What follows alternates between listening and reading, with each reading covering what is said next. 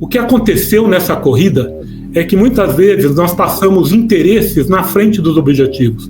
O objetivo final é o baixo carbono. O objetivo final é o controle das emissões de gás de efeito estufa para evitar o aquecimento global. Ponto. O resto, se isso vai ser feito com veículo elétrico, com biocombustível, com hidrogênio, interesses comerciais que deveriam ser interesses a serem combinados por um bem maior. Eu acho que esse é o movimento que o Brasil tem hoje possibilidade de fazer, porque a gente conta com vários tipos de fontes diferentes, né? Alguns países fizeram uma opção por veículos elétricos até porque não tinha outra opção. Nós temos. Então, nada melhor do que usar essas opções.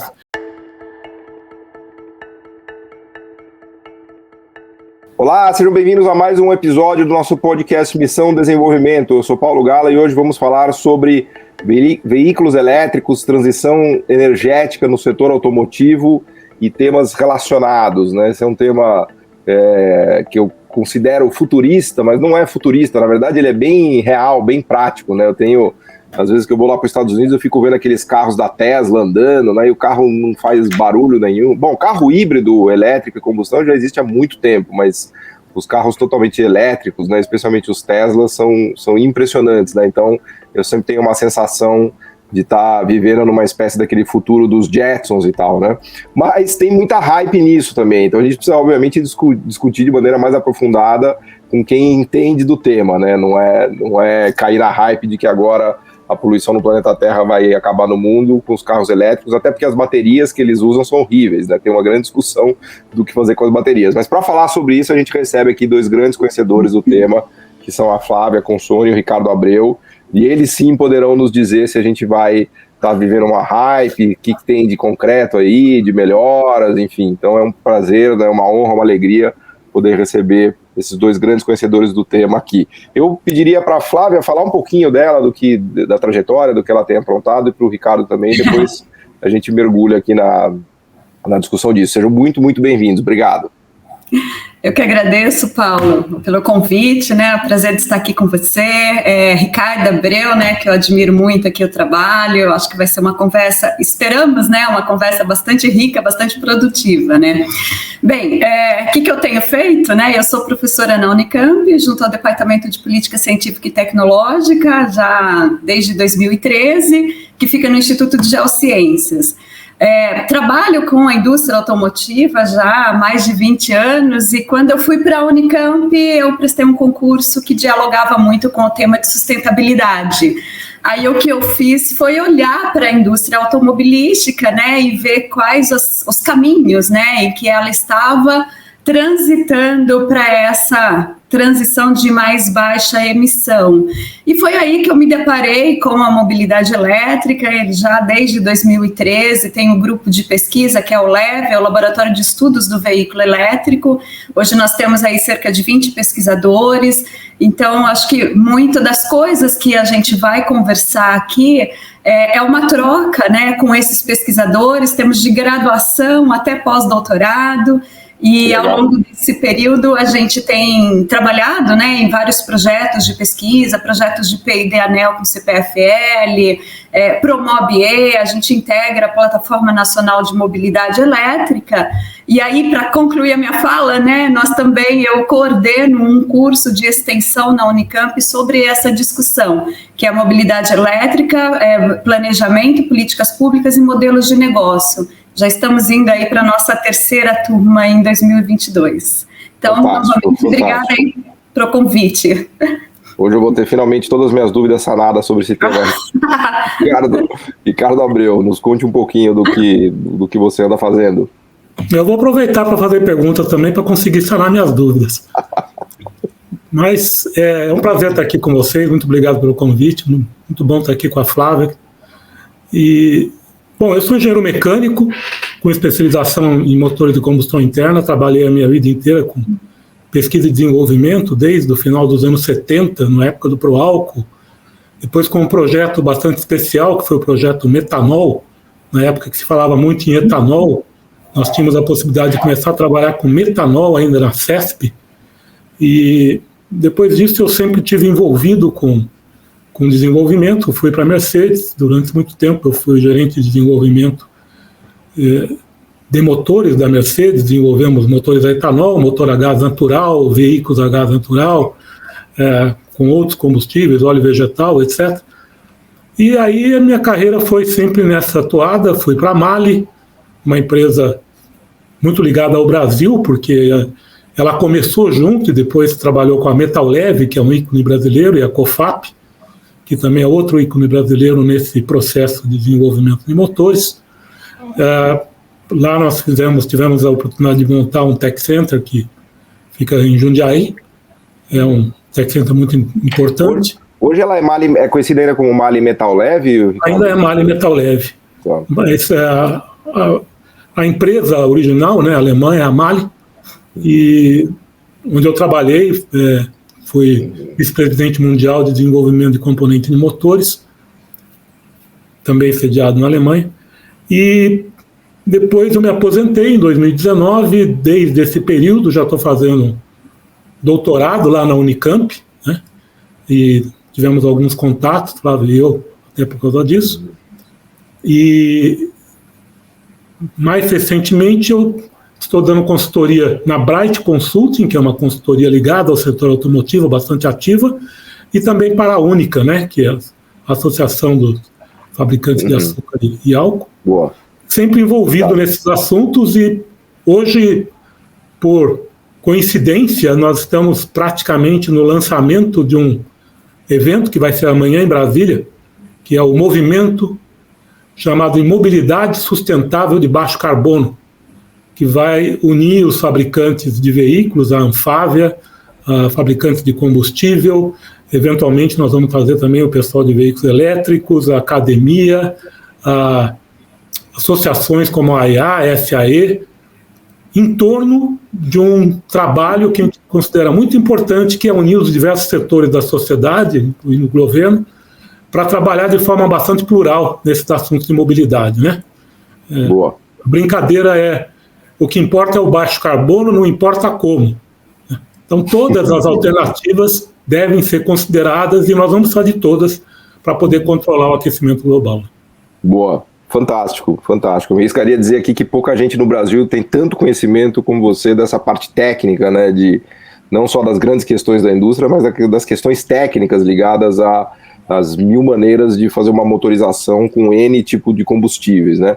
E a primeira pergunta que eu faria, já voltando aqui a palavra para a Flávia, mas quero também te ouvir disso, Ricardo, é o quanto que tem de hype nessa coisa, de mania, de que os veículos elétricos, de que a mobilidade elétrica, eu gostei desse termo que você usou, não conhecia, né? Eu sou leigo no setor, eu sou um grande interessado, né? Mas mobilidade com baixo carbono, né? Quanto que disso é realidade mesmo e quanto que disso ainda tem problemas no sentido ambiental do termo, né? Me fez lembrar a questão das baterias de lítio, né? O que você faz com as baterias depois, que a gente vai ter milhares de baterias de lítio, né? Talvez até nesse sentido o etanol seja um negócio muito mais sustentável, né? Mas, enfim, a primeira pergunta que eu faria para vocês é, vocês como conhecedores de fato do setor, né? Qual é o diagnóstico que vocês fazem da indústria no Brasil e no mundo? Depois acho que valeria a pena a gente explorar especificamente o caso brasileiro, mas para já, assim, isso é uma realidade mesmo? Vai resolver muitas coisas? Podemos ficar otimistas ou tem alguns pontos ali de atenção? Como é que você vê isso, Flávia? Ok, então eu já começo a fazer aqui uma ponte com a expressão aqui, né, com o que o Ricardo Abreu falou sobre o movimento da mobilidade sustentável de baixo carbono. Eu acho que é isso que está acontecendo mundo afora, né? Nós temos aí uma discussão que é mais do que latente, né? O IPCC lá em 2007 já fala, né, que a mudança climática é uma realidade. Desculpa, eu fico sendo chato das siglas aqui, IPCC... O painel intergovernamental de mudanças climáticas, que é aquele grupo de cientistas que trouxe já em 2007 uma evidência científica de que o aquecimento global está acontecendo por causas antrópicas, né? E isso chama por... Agora piorou, Flávia. Agora você mandou causas antrópicas. Ou seja, o que o homem está fazendo para intensificar essas emissões, né? Não tem tecla SAP aí, Paulo? Exato, eu tô ligando, tô apertando tudo aqui. Boa. E olha que eu sou professora, eu costumo ser didática, Paulo. Mas obrigada, viu? Obrigada por me chamar a atenção. Eu acho que a ideia aqui é mostrar, né, que nós temos um debate que é internacional, que é de evitar esse aquecimento global, né? Então a gente está falando aqui de uma transição energética para a baixa emissão ou para o baixo carbono, como o Ricardo falou. O setor automotivo não é o único, né, que contribui com as emissões de dióxido de carbono, mas ele tem uma contribuição importante e ele é chamado, né, tem sido chamado para dar respostas, então, a esse movimento.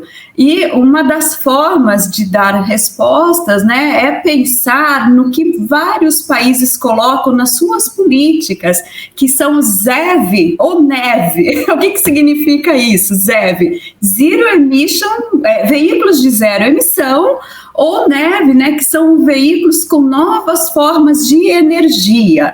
Então, em muitas, né, das políticas, eu tenho feito isso constantemente, lendo os planos de política, os países não estão falando assim, vamos botar veículos elétricos, vamos trazer veículos que contribuam com essa menor emissão.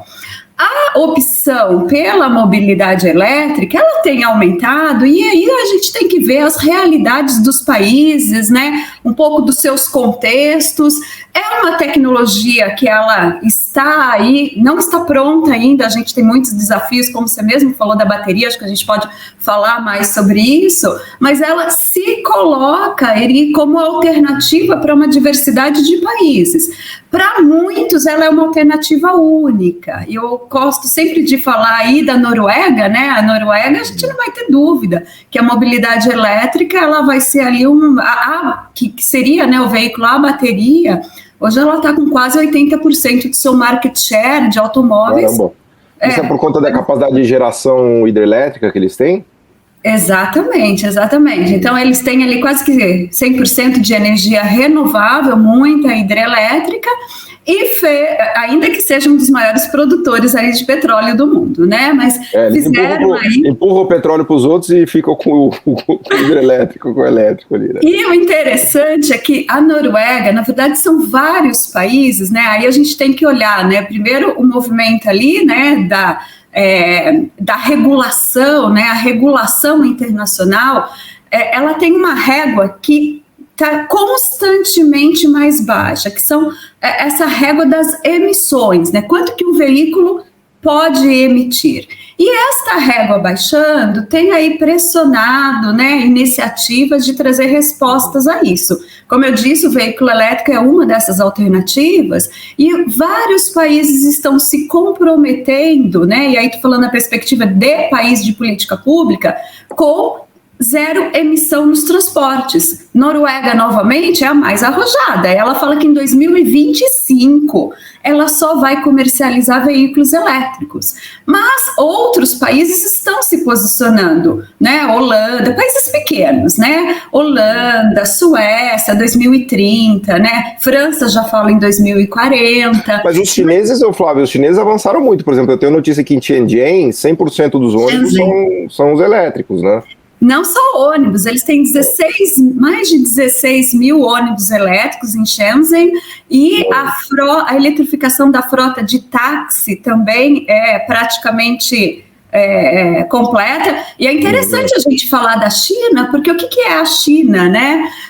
Nessa corrida internacional, e aí Ricardo Abreu vai poder falar muito sobre isso, né? A China aí nessa corrida por motor a combustão interna, ela não teve lá muito destaque, mas na mobilidade elétrica, nas baterias, né? A gente vai falar muito dos asiáticos.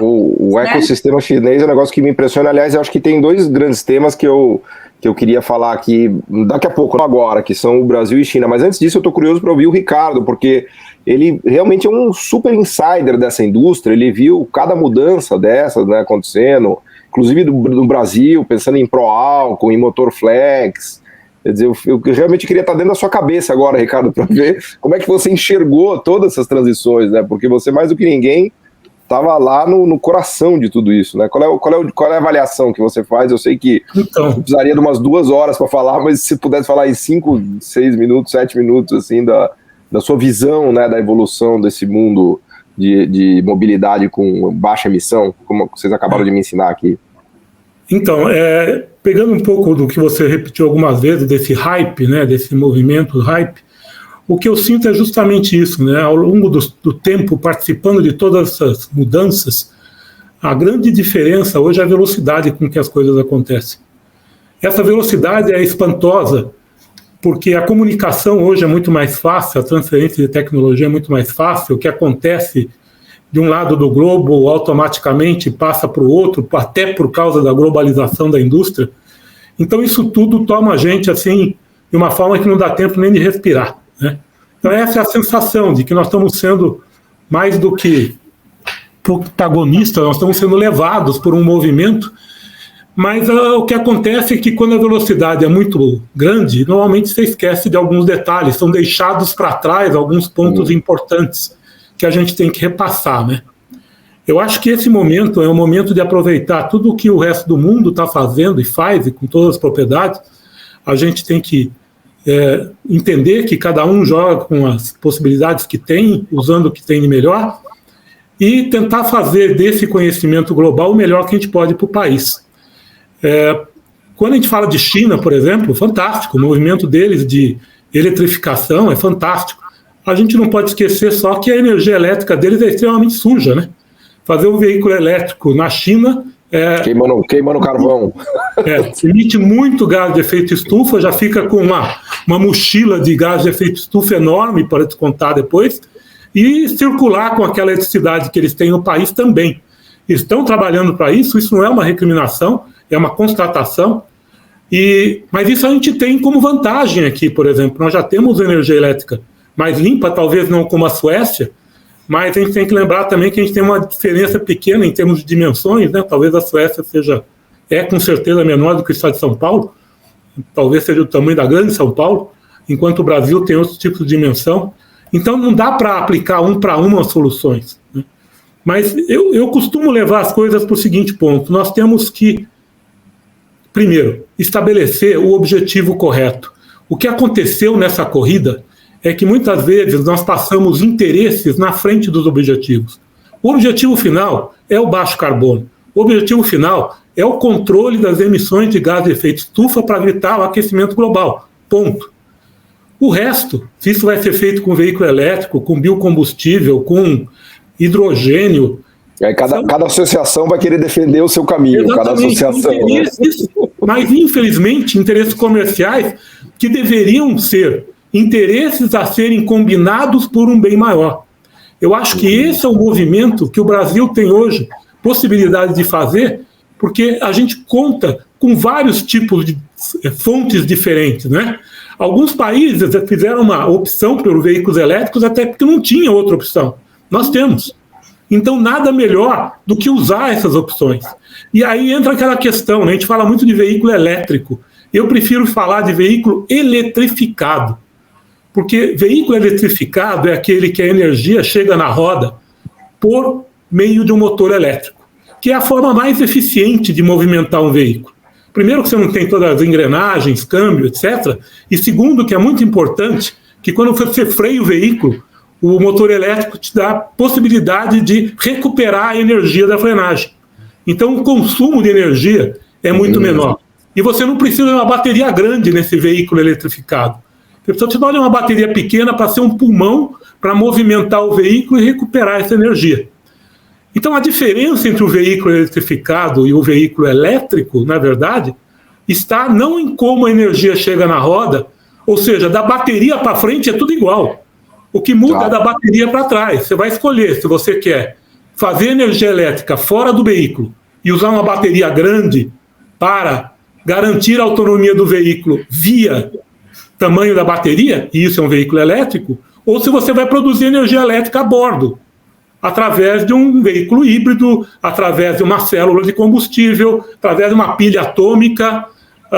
Que tem muito mais eficiência, obviamente, porque a energia fica meio que autocontida ali no sistema, né?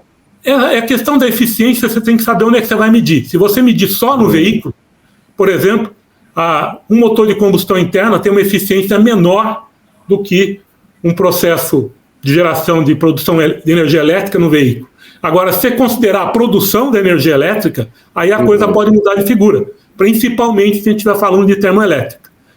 Mas é tudo uma questão também de quanto custa a eletricidade. Nós estamos falando de energia elétrica solar ou eólica, além dos processos, quanto de energia elétrica solar é gerado por um painel elétrico? Quando ele é muito bom, 15% da energia solar que bate num painel gera energia elétrica. Mas não faz mal, porque ela é de graça, né? O sol vai brilhar de qualquer jeito, né? Então essa questão... Tem lugar que só chove, né? No Nordeste a gente tem 3 sol para cada um, né? E é o lugar onde o vento faz a curva, como eu costumo dizer, vem vento do sul, vento do norte. Nós temos uma infinidade de possibilidades de energia que nós vamos ter que usar e combinar da melhor forma, né? De novo, temos de forma jocosa, porque eu tenho a mesma dificuldade que a Flávia. Muitas vezes a gente tem termos tão específicos que são difíceis de ser usados assim no dia a dia, né? Eu costumo dizer que a nossa discussão, dentro dessas várias formas de mobilidade sustentável, é só o tamanho da bateria. O que nós temos que escolher é o tamanho da bateria, porque a mobilidade vai ser eletrificada, não há dúvida, independente do que você vai pôr no veículo para gerar energia elétrica. Agora, qual é o tamanho da bateria? Depende da utilização. Nós vamos ter situações em que vale muito a pena ter um veículo totalmente elétrico e vamos ter situações que é melhor trabalhar com um veículo híbrido. Por exemplo, no campo, numa distância grande. Tá? Eu vou parar de falar porque você não consegue, vai ter que me abater a tiros.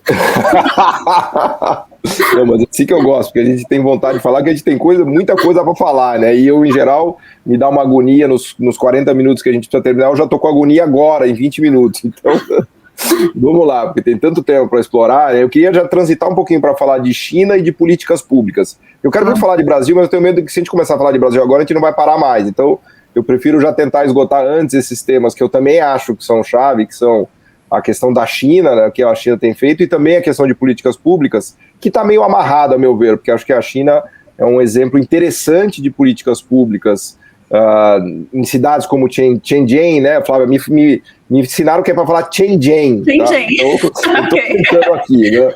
Mas eu não vou tentar, vocês falam aí. Isso começou quando eu estava estudando a coisa dos celulares lá, que era a Huawei. A Huawei, né, demorei assim meses, daí depois vieram me falar que ia ter que falar Shenzhen. Então tá bom. Mas a China, ao mesmo tempo, é um dos países que mais polui no mundo, talvez o país que mais polua hoje no mundo, e esse ponto... que se vocês estão destacando aqui é chave, porque não adianta você botar uma termoelétrica a carvão que gera um gás carbônico desgraçado, né? Veja que eu sou um cara antigo, eu falo gás carbônico, né? Não existe mais esse termo, né? CO2, né?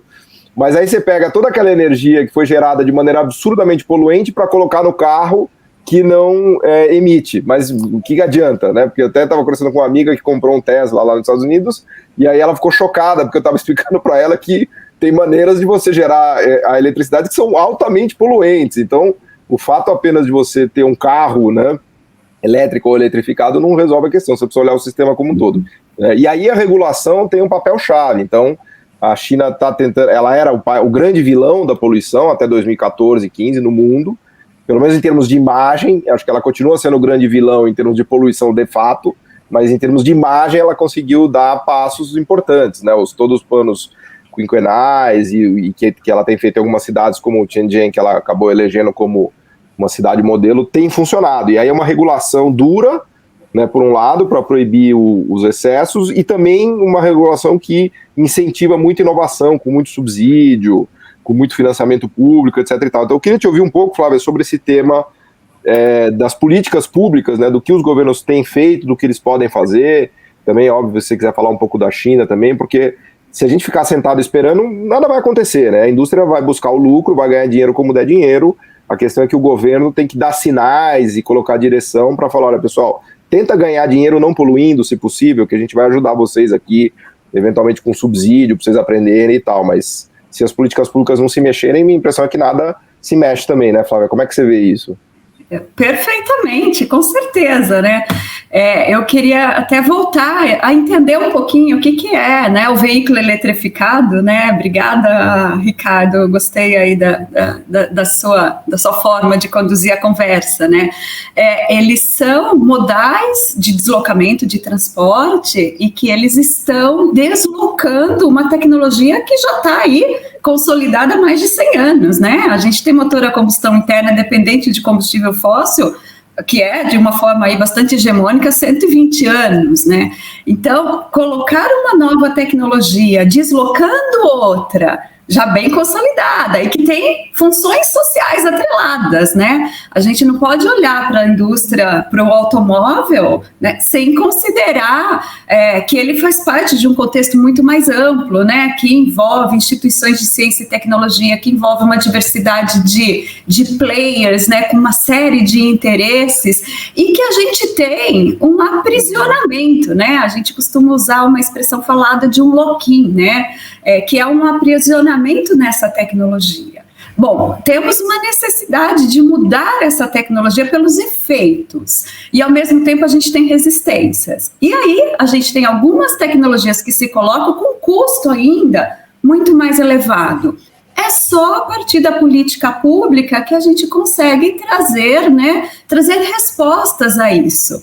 E aí, falando em política pública, nós lá no nosso grupo da Unicamp, a gente desenvolveu ali, um e-book que está disponível sobre governança e política pública em torno da... Faz a propaganda já para as pessoas que tiverem interesse em dar uma olhada. Onde acha, qual é o título? Na Plataforma Nacional de Mobilidade Elétrica tem uma biblioteca e tem muitos estudos, né, que trazem essa reflexão. Onde é que acha essa Plataforma Nacional de Mobilidade Elétrica? Onde que eu acho isso? Digitando PNME. Plataforma Nacional de Mobilidade Elétrica. Exatamente. É uma iniciativa recente, né? Tem ali 2 anos no Brasil, lançaram um primeiro anuário da mobilidade elétrica, né? E que traz um pouco de reflexões sobre o que é essa discussão, né? E esse estudo que nós desenvolvemos já foi em 2018, ou seja, está super desatualizado, porque a política pública neste tema, ela é muito dinâmica, e ela é necessário que ela seja dinâmica, porque ela tem que dar conta dessas mudanças, dessas transições todas, né? E aí, nesse trabalho, a gente levanta que as políticas públicas para o setor começaram nos anos 70, né, para veículos elétricos. No Brasil, a gente teve uma alternativa que foi, assim, mais do que bem sucedida, né, que foi o etanol, biocombustível, porque a gente estava tentando trazer resposta, naquela época, à questão do petróleo, a crise do petróleo. Choque do petróleo. Mas o interessante é que depois se resolveu essa crise do petróleo, né? Mas as políticas tiveram continuidade, Paulo, e a gente faz isso. A gente faz o balanço nos Estados Unidos, a gente levanta... Na China, a China entrou mais tarde, tá? A China entrou com política nos anos 2000, mas não parou mais. Sabe aquela questão, né, que a gente inveja, né, que é da continuidade, né, da consistência, da robustez dessas políticas. Então, eu diria que elas são fundamentais para você, enfim, colocar uma tecnologia que é uma tecnologia ainda cara, ou as tecnologias, né, as tecnologias de baixa emissão. A gente não pode esquecer, né, de falar, por exemplo, veículo a hidrogênio, que é uma das possibilidades, e que requer ainda muita política. Que tipo de política? Né? A gente tem várias formas de olhar para elas, porque a gente tem políticas que vão adensar a P&D, a pesquisa e o desenvolvimento, a atividade tecnológica. A gente tem políticas que vão olhar para a atividade produtiva, outras que olham para a infraestrutura, porque o veículo conectado, ele vai conversar com o setor elétrico. Então, ele vai precisar ter essa conexão à rede, né? Como se faz isso? Você vai ter que ter um posto de gasolina para botar eletricidade, vamos dizer. E como você vende energia? Como você regula? Você precisa de regulação. E aí, uma outra que tem sido muito, muito bem sucedida, que não é parte da nossa realidade também, que é a política de incentivo ao consumo. E o que significa essa política? Essa política, ela ajuda o preço do automóvel ficar mais equiparável. Então, e muitas vezes, você dá ali 10 mil euros, né, para o consumidor poder comprar um carro elétrico. Tem muito isso na Califórnia, sua amiga que comprou um Tesla provavelmente usou... Né, desses recursos aí, né? Mas aí eu queria chamar a atenção de algo que você estava falando das emissões, né? Você falou da China, né? E a China se utiliza de carvão, ainda que a China está numa liderança global em fotovoltaica e tecnologia eólica que é surpreendente, né? Eles estão liderando. Eles estão os maiores produtores de painéis fotovoltaicos hoje estão na China, né? E no eólico eles estão brigando. E eólico também. Foi uma indústria. Já passaram também. É impressionante. Ela cresceu muito rapidamente, né? Muito rapidamente, mas ainda é muito carvão. Mas aí a gente tem que olhar uma outra dimensão destes modais eletrificados, que é as emissões locais. Então, ok, a geração de energia suja, mas ela está mais localizada. O que muitas cidades, e aí a gente começa a abrir a política pública, não pensar só em política pública federal, mas política pública de cidades, em que elas estão olhando para a eletrificação por conta da qualidade do ar dos centros urbanos. E muitas cidades chinesas estão com essa direção, né? Enfim, né? Nós estamos hoje fazendo... desculpa. Mas só para concluir... A gente está fazendo um estudo agora em que a gente está olhando para 50 cidades no mundo, do mundo todo, de norte a sul, tentando ver como que elas estão, né? Quais são as políticas municipais para olhar para essas emissões locais, né? Então, o carro não circula, né? E no ambiente urbano, isso é um problema, né? Tem acontecido muito no centro de Londres, né? Que é antigo já a coisa de pedágio do centro, né? Mas eu queria pegar esse gancho até para ouvir do Ricardo, da ótica das políticas públicas, né? O que ele viu, o que ele sentiu na pele do que deu certo, do que deu errado, se a gente tem que ir mais por uma linha de proibição, ou de subsídio, ou de financiamento público, ou de regulação, assim, quais são os caminhos? Porque quando a gente fala de política pública, existe um oceano de coisas que podem ser feitas, né? Você pode fazer compras de governo, então em Tianjin, a prefeitura comprou os ônibus, simplesmente, inclusive ela turbinou aquela BYD, né, que é a empresa chinesa que, depois que eu fui descobrir que o nome da empresa é Beyond Your Dreams, BYD, né, que é a grande produtora nacional de veículos elétricos, né? Então a prefeitura de Tianjin deu uma bombada nessa empresa porque ela encomendou grande parte dos ônibus dessa empresa. Então tá aí um exemplo de compras públicas, como, aliás, acho que a prefeitura de Estocolmo está fazendo também compras públicas dos ônibus movidos a hidrogênio e tal. E eu queria ouvir o Ricardo, mas só uma curiosidade que você falou, Flávio, que eu achei muito legal. Me marcou muito há uns anos atrás a história de que o aeroporto de Pequim, Beijing ficava fechado por conta de poluição. Os caras estavam chegando num nível de poluição urbana na China que obrigava os aeroportos a serem fechados por falta de visibilidade. Então veja, os aviões não conseguiam pousar e levantar voo porque a visibilidade era zero por conta da poluição, né? Olha o cúmulo, né? O cúmulo da situação de poluição que estava lá na China. Eu acho que não à toa a China tem feito esse movimento com bastante sucesso nos últimos anos, né? Usando uma miríade aí de armas, né, de política pública para fazer. Mas eu queria ouvir do Ricardo, como é que ele, sendo um grande conhecedor, né, da indústria, do intestino da indústria, né, como é que ele enxerga essa questão das políticas públicas, como diz um amigo meu, tanto as do amor quanto as da dor, né, porque você pode ir pelo amor, né, você faz ali uma compra pública, dá um subsídio, ou você pode ir pela dor, você proíbe mesmo e fala, ó, aqui vai ter pancadaria, né, então... Como é que você vê tudo isso, Ricardo? Imagino que você tenha se deparado com milhares de situações já, né? Sim, sem dúvida, ao longo desse tempo todo, muitas discussões, seja sobre legislação, inclusive de emissões, participei desde o início do Proconv, e legislação de combustíveis, etc. É assim, né? Uma coisa que eu aprendi ao longo de todo esse tempo é o seguinte: nenhuma legislação funciona se a conta não fechar. Se alguém ficar com o papagaio papagar, de alguma forma isso não vai funcionar. Pode funcionar por pouco tempo, mas não funciona por muito tempo. Então, a falta de continuidade das políticas públicas mal feitas, ela se dá pelo fato de que não houve equilíbrio econômico, não houve uma distribuição do papagaio. Do ônus, né? E aí fica a distribuição de ônus e bônus diferente. Então é necessário que quando você tem uma legislação pública, você tem que equilibrar isso. Você tem que deixar todos os atores participar da discussão para equilibrar isso. Para que isso seja feito, a primeira coisa é estabelecer a regra do jogo. Essa questão ambiental, né? A gente escuta muito falar da emissão zero, veículos de emissão zero, mas zero aonde? É zero no escape? Então, se for zero no escape é uma coisa, mas é isso que a gente quer? É isso que a gente precisa? Ou a gente precisa de veículos de emissão, se possível até zero, em todo o ciclo de vida dele, né? Então tem que estabelecer qual é a regra do jogo. É zero medido como? Aonde? A questão de comparação de diferentes tecnologias. Nós temos que trazer todas essas tecnologias para o mesmo ponto no tempo.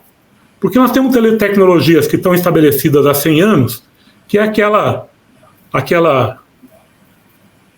par antigo que você tem, que você já conhece todos os defeitos, né? E não dá mais valor para as coisas boas, né? E você tem aquela nova conhecida que, ao contrário, sempre tem uma coisa nova a ser descoberta e que deixa você... Você está falando de casamento, Ricardo, ou não? Também, porque nós vamos casar porque estamos casados com o meio ambiente, né?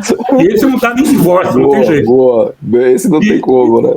Então, sabe, fica difícil, a gente tem que trazer tudo para uma mesma situação. Quando a gente fala, por exemplo, motor de combustão interna, que tem eficiência baixa, que tem emissões. Bom, primeiro o problema não é a combustão, é o combustível, né? Se você usar um combustível renovável, a emissão de gás de efeito estufa é baixa. A emissão local é realmente um problema, mas ela já reduziu muito do que era antes, e em alguns lugares ela também não faz, não tem um efeito, né? Hoje a gente fala muito de zero impacto em termos de motor de combustão interna e não zero emissões. Porque a diferença entre o zero impacto e zero emissões não existe só uma fonte de emissões e já existe um nível basal de várias emissões provocadas por várias outras atividades, né? A gente fala muito de material particulado dos motores. Pô, você andando na rua levantando poeira, é todo material sólido, fino, que principalmente quando você respira, pode entrar no seu trato respiratório e provocar uma doença qualquer, pode ser muito grave. Então, existem várias fontes para isso. Então, nós temos que estipular a regra. Nós temos que estipular, olha, nós vamos medir assim, a regra de se medir é ao longo de todo o ciclo, usando tal norma, usando tais princípios. O que nós queremos, qual é o objetivo? O que nós queremos é isso daqui, objetivos reais. Nós temos que nos desprender dos meios e passar para os objetivos finais e colocar todo mundo no mesmo tempo. Né? Porque é maravilhoso falar assim, não, a partir de amanhã o veículo elétrico, zero emissões. Tá bom, mas nós temos condições de trocar tudo de hoje para amanhã? Quem vai pagar o papagaio? Quanto tempo vai demorar? 30 anos? Nós temos 30 anos para esperar? A Terra pode esperar 30 anos? Não pode. Qual é a solução que eu vou usar até lá? Qual vai ser a transição? Como é que a gente junta tudo isso? É por isso que eu acho cada vez mais que essa solicitação de eletrificação é uma ponte em que você vai pegando as tecnologias e migrando. Porque nós sabemos que temos problema com bateria, vamos ter problemas com materiais para baterias. Você estava falando da questão da China, né? Se eu faço um pequeno, grande parênteses aqui, a China deu uma demonstração de que não é à toa que dos últimos 20 séculos eles dominaram 18, né? É que a gente só viveu nos últimos. Não presta atenção nisso. A gente começa a estudar a história do mundo da Europa dos 1500, né? Esquece. Pois porque se a gente prestar atenção, os caras de bobo não tem nada, né? Então eles estavam... A Europa, os Estados Unidos, os países industrializados, dominavam a indústria automobilística com motores de combustão interna. Daqui a pouco eles passam a ter uma participação cada vez maior e dentro das políticas públicas deles, eles levam as indústrias para a China desde que 50% no mínimo da empresa fosse estatal. Eles treinam todo o pessoal de lá para fazer um produto de cada vez mais qualidade por um preço muito menor do que nos países de origem. E daqui a pouco eles eram uma grande ameaça para essa indústria automobilística estabelecida em Europa, Estados Unidos e Japão. Eu ouvi dizer que a BMW já está produzindo os BMWs elétricos na China, porque o ecossistema tecnológico lá já é o mais rico do mundo, ou seja, a BMW produz lá porque é mais barato fazer BMW elétrico lá na China mesmo, né? Isso é política pública, né, que eles conseguem fazer, até porque o sistema político permite que a coisa seja estabelecida de forma muito rápida. Mas aí o que acontece, né? O establishment, a indústria automobilística como um todo fala, não, peraí, daqui a pouco o cara está fazendo o veículo tão bem quanto eu pela metade do preço. Eu tenho que achar um outro filão de mercado. Eu tenho que achar uma outra forma de sair dessa tecnologia. Vou fazer veículo elétrico. E vou deixar o velho com eles, aprender a fazer o veículo com motor de combustão interna. Eu vou fazer o novo aqui, vou falar para todo mundo que aquilo lá não serve mais, que tem que ser a minha tecnologia. Essa é a que é a boa, essa é a que é a emissão zero, né?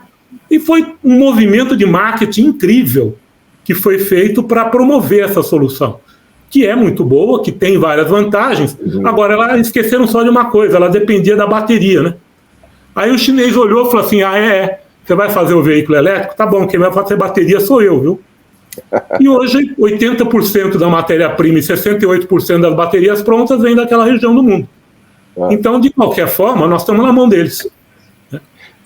Essa política, que eu não vou discutir se está certo ou está errado, não é esse o caso, mas essas políticas é que mudam o mundo. Essas políticas é que estabelecem o que vai acontecer. E é isso que a gente precisa no Brasil. Sentar e estabelecer uma política e perseguir essa política, ser consistente. Política é uma questão de Estado e não de governo. Ela não pode mudar a cada 4 anos. Né? Então, se a gente não conseguir usar trabalhos como a Flávia faz, para analisar profundamente o que a gente precisa fazer e estabelecer uma política para os próximos 50 anos, não vai acontecer nada.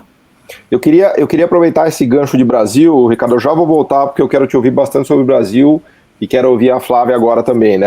Ela comentou aqui que a BYD está fazendo os ônibus elétricos em Campinas, né? A BYD é a Beyond Your Dream, que surgiu graças principalmente à demanda pública chinesa. Então, num certo sentido, e eu gosto muito de estudar a China, né? Acho que a China realmente traz novidades incríveis, especialmente do ponto de vista de progresso tecnológico e progresso econômico, né? Então tá aí um exemplo de uma empresa que foi fomentada pelo governo chinês com metas bastante claras, né? De avançar, de evoluir no domínio tecnológico de eletrificação, de mobilidade urbana não poluente, né? E aí a ponto, né, da gente ter a BYD em Campinas, que é uma das cabeças tecnológicas do Brasil, né?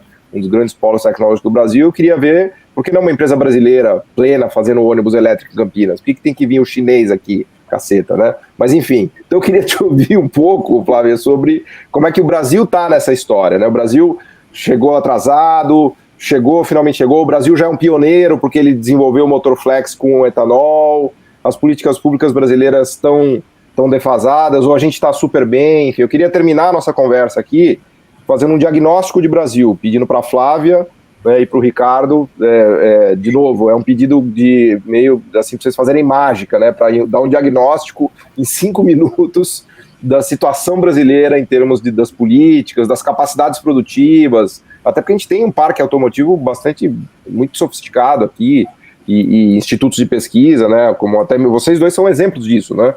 Então, como é que vocês veem essa questão? Como é que o Brasil está nessa história? Eu começo? Você começa. Então, vamos falar rápido aqui, porque essa pergunta é tão importante, a gente podia fazer o episódio 2, né? Não, faremos, aliás, faremos porque, assim, a minha agonia com esses episódios é que o editor me obriga a fazer ele curto, porque diz que as pessoas ouvem mais assim, mas eu acho que a gente tem que fazer um só sobre a questão da mobilidade urbana não poluente no Brasil, para falar só de Brasil. É que não vamos deixar o gostinho de quero mais, né? Mas vamos lá, faz umas cenas do próximo capítulo aí.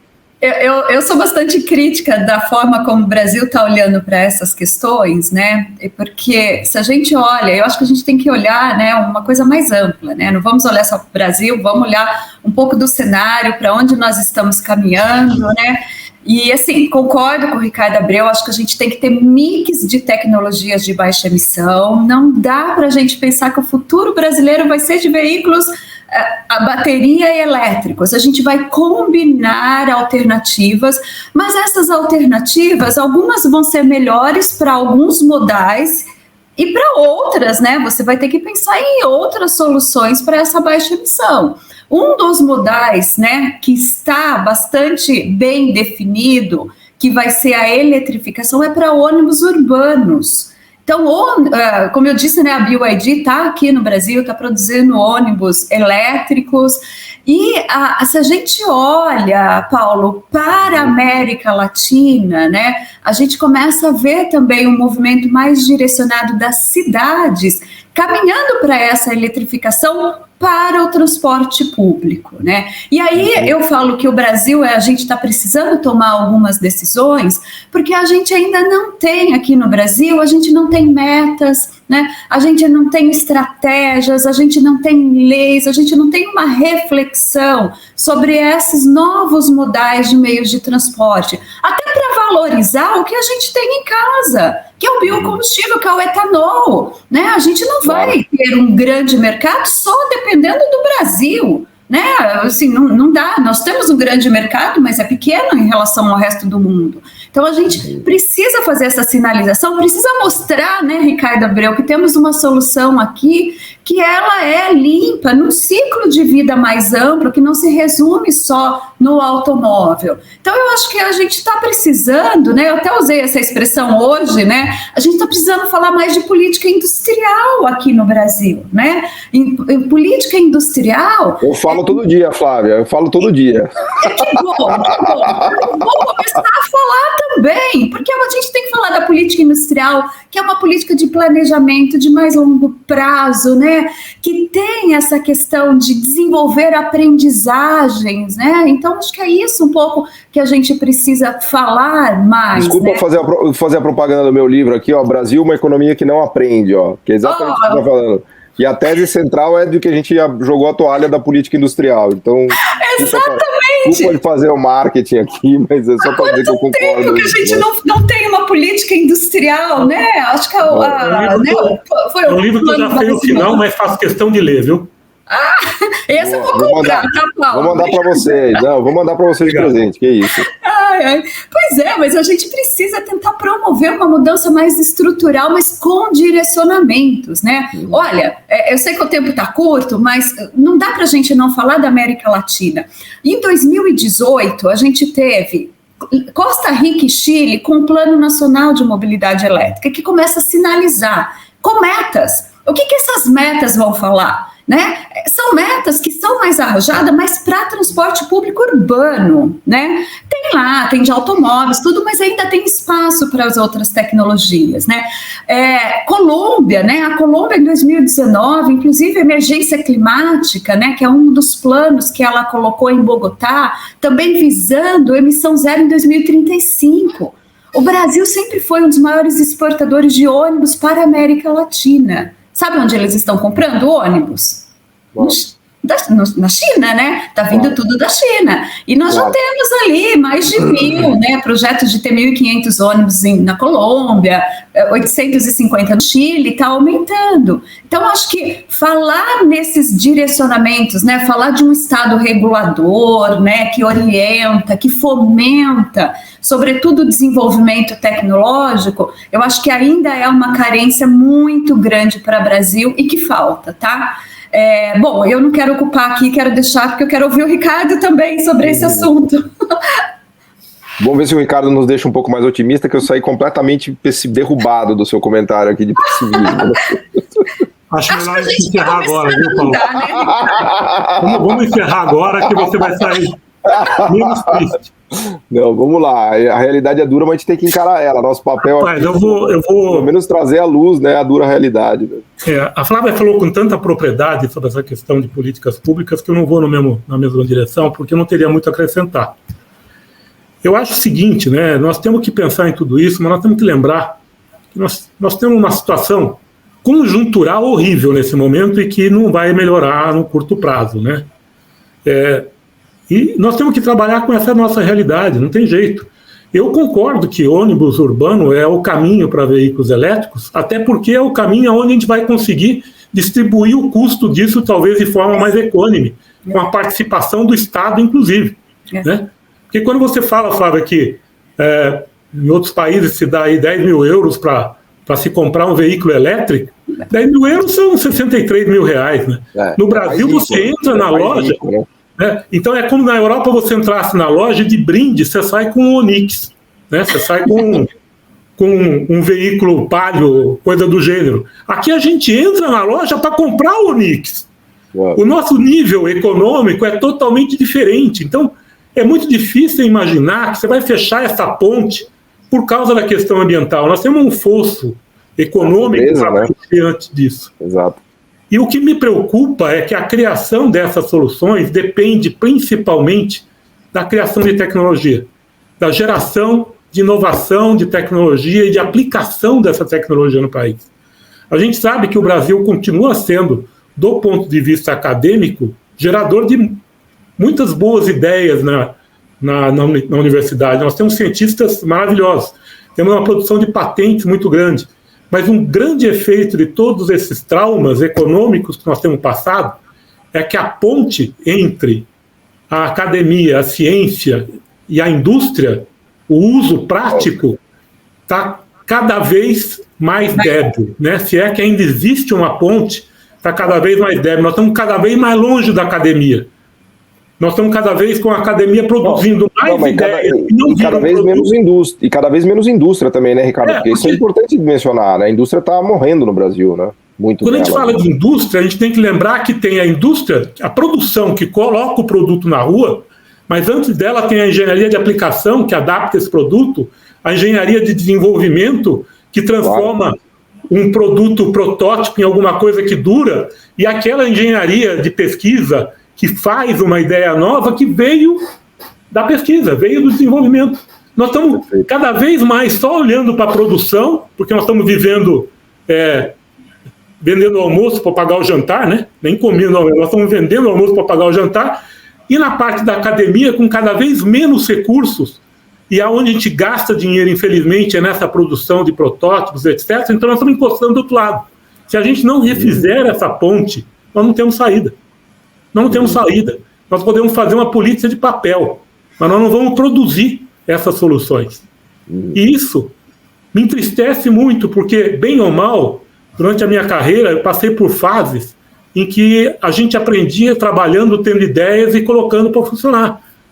Por exemplo, os veículos flex. Por exemplo, na minha época, o metanol, né, é uma patente mundial que há pouco tempo agora, depois que ela caducou, os japoneses estão replicando. E várias soluções do que nós fizemos aqui, por causa até das nossas necessidades, nós tivemos a chance de aprender trabalhando, o que essa juventude hoje não está tendo. O buraco está cada vez maior. Nós temos que nos preocupar com isso.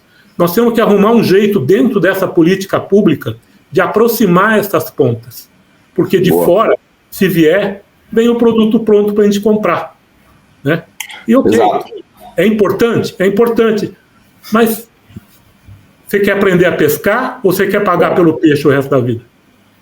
A questão-chave é maravilhoso do jeito que você está colocando, porque a questão-chave não é a gente importar a tecnologia, a gente produzir tecnologia, né? O que diferencia um país rico de um país pobre é a capacidade de produzir tecnologias, não a capacidade de importar tecnologias, né? Então, exatamente, a gente não pode ter salto alto, sabe? Nós estamos num momento que a gente fala assim, quando é que nós vamos produzir um veículo elétrico no Brasil? Olha, vai demorar muito, mas não dá para a gente pensar o seguinte, quando é que eu vou começar a enrolar um motor elétrico moderno que vai ser usado no veículo elétrico que está sendo feito no resto do mundo? Quando é que eu vou conseguir fazer um inversor competitivo? Quando é que eu vou conseguir fazer uma bateria pequena que mais tarde vai crescer? Porque eu tenho lítio aqui. Eu tenho energia elétrica limpa aqui. Eu poderia fazer uma bateria mais barata e mais limpa do que feita na China.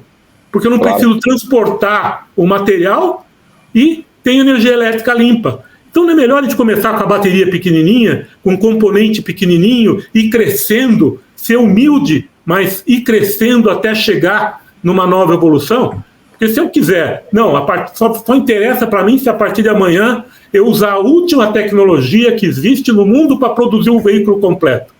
Não vai andar. Não vai andar. Então nós temos que ser humildes, temos que colocar a nossa perspectiva econômica, social, dentro dessa análise toda e começar onde der, mas começar logo. Já está urgente, já passou da hora, não é que já está Já passou da hora. Então, não tem jeito. Né? Não tem jeito. Nós vamos ter que trocar o pneu do carro com o carro andando mesmo. E é uma corrida, né? É uma corrida que a gente já está lá atrás. A gente tomou várias voltas já, né? Já. Nós estamos saindo do boxe e já tomamos várias voltas.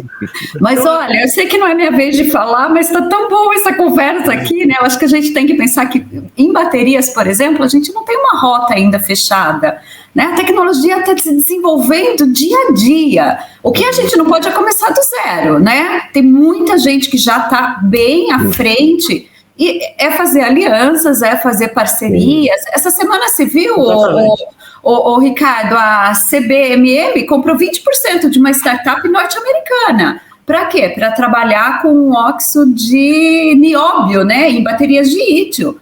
Então, quer dizer, as empresas estão fazendo parceria. A Tesla tem parceria com Panasonic, né? A Oxys também tem parcerias, né, com aqui no Brasil.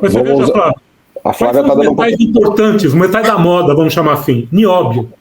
Maior reserva no Brasil. Grafeno, maior reserva no Brasil. Níquel, nós temos um monte de níquel junto com ferro. Lítio, nós temos condições de ser a quinta reserva. Aqui é a quinta reserva do mundo em lítio. Então, nós temos chance, nós temos o que oferecer para atrair essas tecnologias para cá e aprender com eles, não é feio. Não é feio, não tem o que sair do zero. Toda grande revolução tecnológica, a coitada da América Latina forneceu a matéria-prima, né? Faz 500 anos que é isso e ela não consegue desenvolver a maldita tecnologia, né? Ela mesma, né? De fazer os motores, de ter a aprendizagem, né? Enfim, seria melhor dar a matéria-prima desde que fosse feito aqui, né? Claro, a matéria-prima baratinha, mas vem fazer aqui, ó. Mas é o que a China fez, exatamente isso. Esse é o modelo chinês, né? Como você mesmo estava explicando. Toda a construção do parque automotivo chinês e agora dos ecossistemas elétricos, né, de tudo, de painel solar, de eólico e também de carros, foi feito com esse condicionante fundamental, que é faz aqui e transfere tecnologia. Aí você usa o nosso mercado, usa a nossa mão de obra barata, a gente dá os subsídios e dá um monte de coisa para você. Então, o pilar da política industrial chinesa é o quê? Transferência tecnológica, né? Não tem história. Aliás, muita gente vai embora da China, foi o caso da Embraer, porque fica meio puto, né? Que fala, puta, os caras chuparam a nossa tecnologia, né? E é isso mesmo, né? Então, mas enfim, no Brasil a gente está anos luz. Mas você deu um exemplo, a Embraer, que a gente devia multiplicar país afora, para tudo, para mobilidade como um todo, para fazer ônibus, para fazer carro, para fazer bateria. Vamos fazer um tudo Embraer, tudo Braer aqui, vai. Tudo Braer. Tudo que der para fazer, a gente abre... As duas grandes empresas que eu admiro hoje no Brasil são a Embraer e a WEG também, que está na fronteira dessa questão de eletrificação, né? Enfim, mas eu tô com uma agonia aqui, pessoal, que a gente está quase 1 hora de conversa, a conversa está muito boa, mas já vou deixar aqui uma convocação aqui, não é um pedido, não, para a gente voltar para falar mais de Brasil e das fronteiras que o Brasil pode explorar, porque é um mundo que correu muito e, nesse sentido, a gente está claramente atrasado na corrida, mas é um mundo de uma espécie de uma nova fronteira, assim, de um velho oeste, e que tem onde existem muitas oportunidades, ainda com espaços abertos, né, janelas abertas que a gente ainda pode entrar, né, se a gente, obviamente, tiver uma cabeça estratégica, tiver uma cabeça de longo prazo, de planejamento, de política pública que articule, né, o nosso setor privado com essas oportunidades, né, então... Eu vou agradecer demais aqui vocês de coração, foi fantástico, né? Pena que realmente o programa é curto, toda vez que eu falo isso também o pessoal da editoria me puxa a orelha, mas é que é verdade. Então fica aqui já o convite para vocês voltarem, né? E agradecer esse panorama que vocês deram, porque realmente foi muito, muito legal. E eu acho que quem assistiu a gente aqui, quem ouviu a gente, vai ter uma visão bastante clara do que está acontecendo aí, das oportunidades e dos desafios. Então, obrigado, Flávia, obrigado, Ricardo, agradeço de coração aqui, foi um prazer.